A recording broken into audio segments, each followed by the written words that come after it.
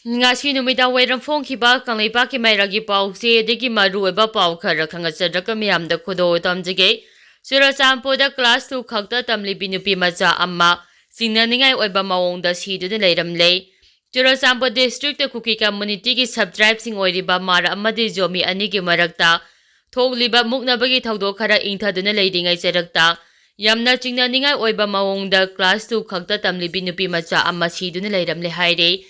Siduna leiramliba angang nupi macha adugi mamming Manday Kim Chaitaru apopa ningsing khup kawe Churachandpurgi lising phai belesagine mahaki asiba haksang ngarang numidang pung tarulom taba matamda mayumdagi irap laptuna leiba labuk amadagi phangkhibani haire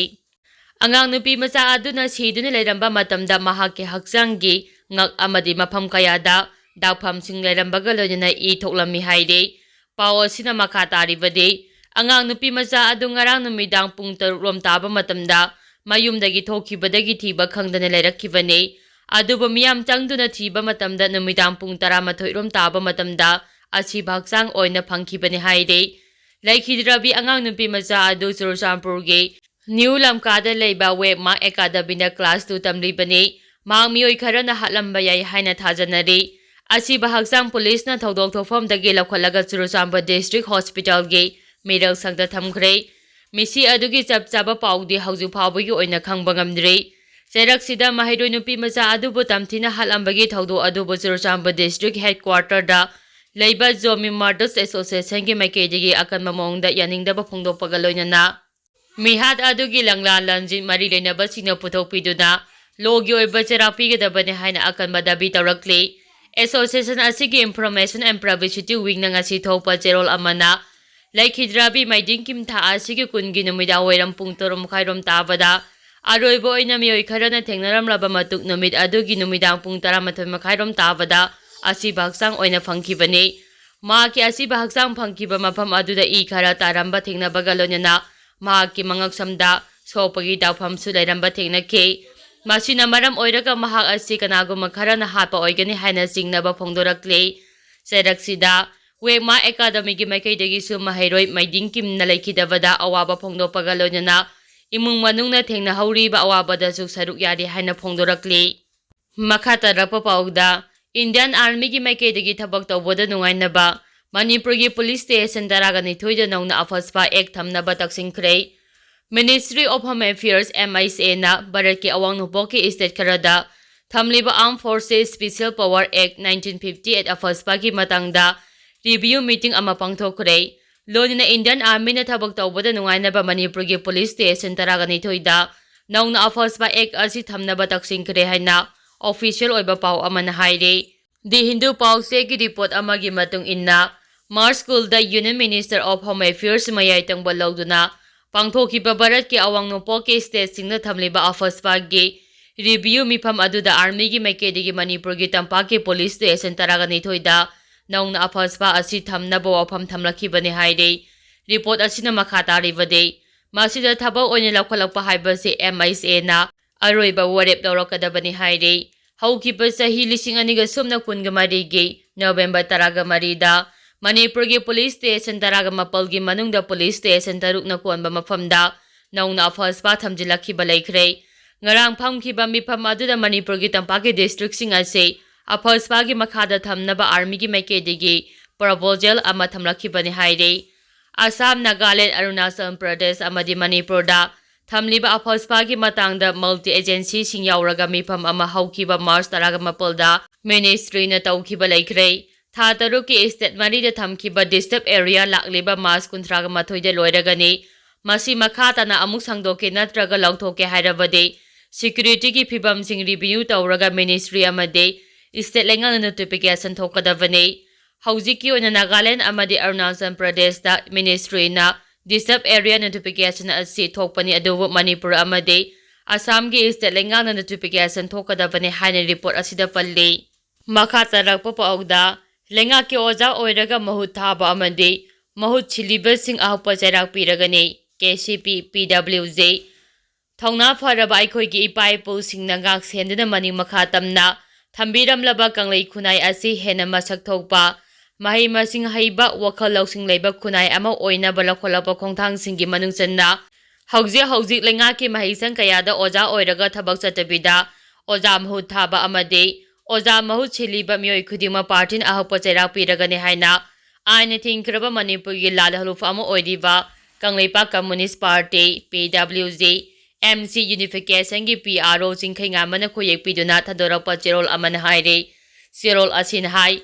mahisang haibase mairoi singkhakna tana mioi khudima ki lamcha sajat wakhal lausing tamna bagi laisang amani aduna kanglei khunai ba afaba masak topa tamjaningai na thalaba khunai ama ohenna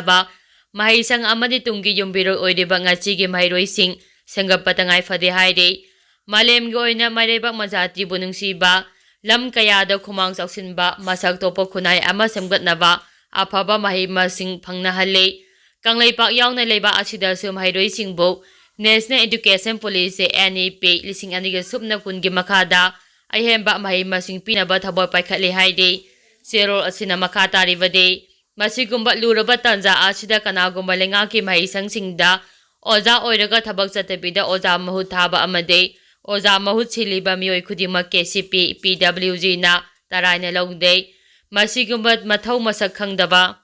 mioi singba partin ahapa cherak piragani Kanagoma oja kharadi mahairoi singbo mahima sing tapi tambiningda badage oja mahut tharaga ZEO Education Department gi Engineering Wing gi phamnaiba kharaga manaraga thika amadi supply gi thabak tawbosi yauri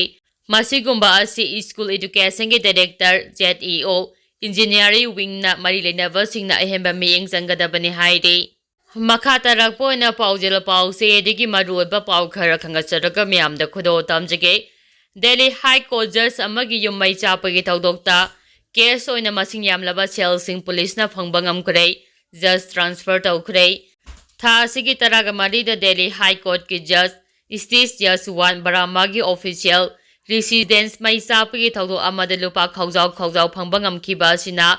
judicial circle da framework amalakre haina Supreme Court ke college yamna phongdoki bagaloina Chief Justice of India CGI subject khana luchingba college yamna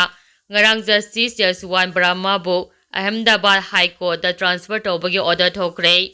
makhata rakpa pawda jiribam amadi Assam ga tanaba mafam ahum dagi security force na explosive chamaga subna ahum phaga pangam khre haukiba pung kunmari asida Central Paramilitary Forces amade Manipur Police ki apunba khopu amana jiribam amasung Assam ga lonaba tunga ba mafam ahumda Thiba hombagi thabak sing chathabada explosive device amaga subna ahum yauna khusu khulai kaya phaga pangam khre haide official oiba paw amagi matung inna hadiba security force ki apuma team asina intelligence tegi phangba paw amagi matung inna Jiribam district ki Assam go lona ba uja thol maya lekai mozongs amasung biselu gi mafam singda thiba hombagi thabak sing chathaki haide Ucha thol maya lekai da pung anirom chathaki ba search operation aduda Security Force na Star 910 Class 2 CAT-22 explosive stick 100 5.56 mm ammunition gi rifle round 20 amasung plastic bag ani phaga pangam ki haire ani suba amasung ahum suba search operation sing